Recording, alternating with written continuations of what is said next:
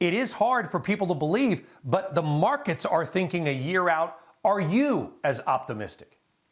Yeah, I am optimistic, and I'm bullish on the markets for 2021 for two main reasons: the strong technicals and the Fed. I think you have to go back to last year, and if you ask most investors what are the biggest lessons they learned from last year, you'll hear two common themes. Don't fight the Fed, and I should have listened more to the price action of the market and less to the doom and gloom that's out there in the world. And I think that's important because that's going to also apply this year. As I said, the Fed is still a factor this year.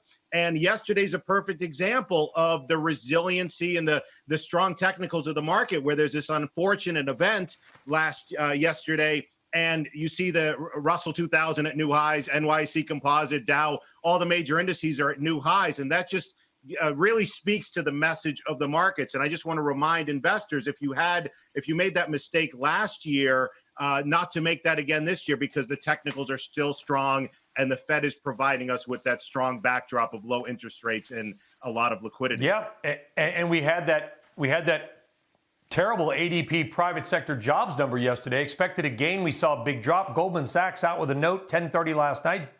Joe, Democrats are likely to pass further fiscal stimulus in Q1. And we expect to total about $750 billion, including $300 billion in new stimulus checks. So you can agree or fight on the exact number, but Goldman's on the record saying, we think bigger checks, more money is coming. That will trickle into the markets and the economy.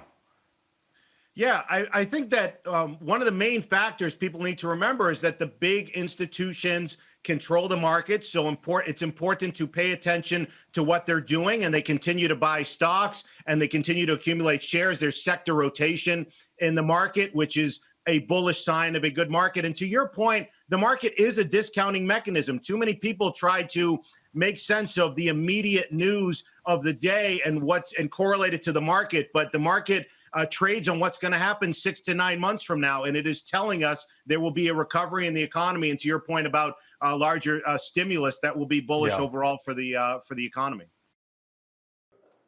Shepard Smith here. Thanks for watching CNBC on YouTube.